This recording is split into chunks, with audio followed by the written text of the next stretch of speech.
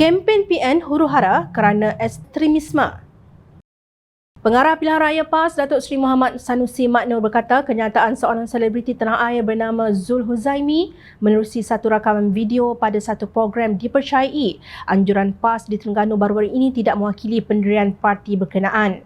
Dia bukan pemimpin atau ahli PAS pun. Kalau dia hendak sabotaj kita, dia pergi program kita dan dia kata begitu. Kemudian salahkan PAS. Tak boleh begitu kerana dia bukan mewakili PAS.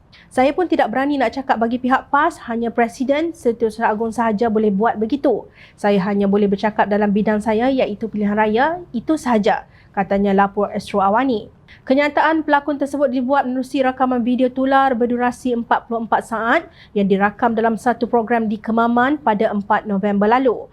Orang kafir ni tak boleh percaya. Hari ni dia kawan kita, besok dia tikang kita. Pesan orang tua-tua, kalau jumpa ular tedung dengan orang kafir, mu katok mana dulu? Tu dia. Kafir ni ada dua. Zimmi, harbi. Zimmi yang kita kena jaga sebab dia ikut. Yang kita kena ambil tahu, ambil kisah sebab dia menyokong pemerintahan kita. Nak apa? Hak itu yang kita nak. Betul? Yang harbi ni, tak erti bahasa ni, buat apa ni? Kalau saya ni, ikut darah panah saya, banyak dah saya sembelih. Sungguh, sama juga dengan saudara-saudara di bawah, betul tak? Muhammad Sanusi juga menyifatkan kenyataan pelakon tersebut sebagai berbahaya selain boleh memberi persepsi tidak baik kepada pemerintahan PAS. Terdahulu, Pengerusi Perikatan Nasional Tan Sri Mahyadin Mat Yassin memohon maaf kepada mana-mana pihak yang tersinggung dengan kenyataan pengundi masuk api neraka jika memilih Barisan Nasional atau Pakatan Harapan pada pilihan raya umum ke-15 ini. Kenyataan tersebut dikeluarkan oleh Ketua Pemuda PAS kawasan SIG Ustaz Muhammad Syahiful bin Muhammad Nasir. Dalam video berkenaan, beliau menyeru supaya mengundi Perikatan Nasional kerana barang siapa yang mengundi Pakatan Harapan dan Barisan Nasional akan masuk neraka. Kepada semua pengundi-pengundi di SIG yang nak mengundi ni, balik pangkah Perikatan Nasional. Siapa yang pangkah Barisan Nasional dan Pakatan Harapan, masuk pi neraka. Mahyadin turut berharap isu kenyataan oleh pemimpin pemuda PAS itu tidak perlu diperbesarkan. Seharusnya semua pemimpin Perikatan Nasional perlu mengelakkan mengeluarkan kenyataan sedemikian kerana boleh menimbulkan salah faham, katanya.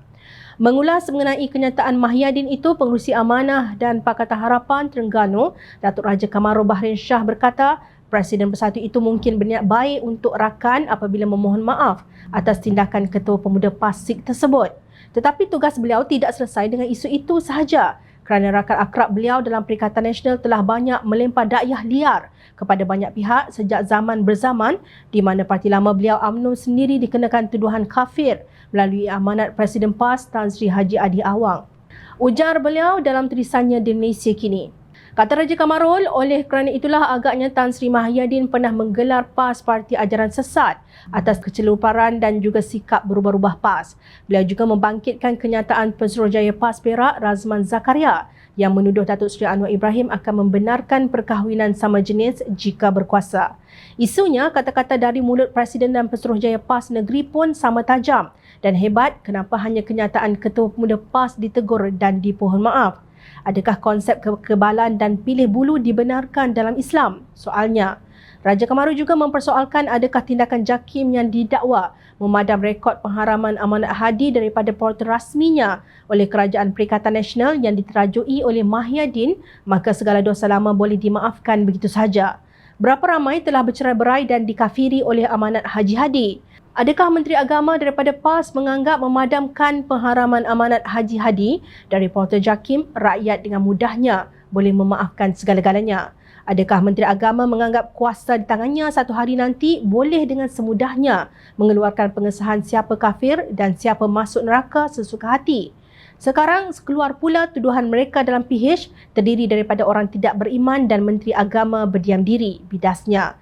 Secara sinis, Raja Kamaru berkata nampaknya Tan Sri Mahyadin akan mengeluarkan banyak lagi permohonan maaf untuk anak buahnya daripada PAS kerana mereka tidak pernah serik. Dengan kenyataan kontroversi ahli neraka Ketua Pemuda PAS dan tuduhan LGBT oleh Pesuruhjaya PAS negeri baru-baru ini, Adakah Tan Sri Mahyadin berpendapat PAS adalah masih parti ajaran sesat seperti beliau pernah katakan dahulu? Nampaknya tabiat kontroversi lama PAS yang dulunya dikatakan sesat masih kekal. Yang berubahnya adalah hari ini PAS adalah sahabat baik Mahyadin, tempelaknya. Rupanya ekstremisme yang menjurus kepada kebencian kaum dalam PAS ini masih subur walaupun kita sudah masuk ke zaman milenium. Ironisnya, Abdul Hadi sering berkata, Perikatan Nasional adalah kumpulan parti politik yang memperjuangkan Islam dan bukan Islam yang tidak ekstrim. Sedangkan puak yang ekstrim itu dilihat duduk dalam kelambu PAS sendiri. Justru, kita memerlukan undang-undang untuk memastikan bahawa ekstremisme perkauman ini tidak dijadikan amalan oleh parti politik demi mencapai matlamat mereka, tidak kira Melayu, Cina maupun India.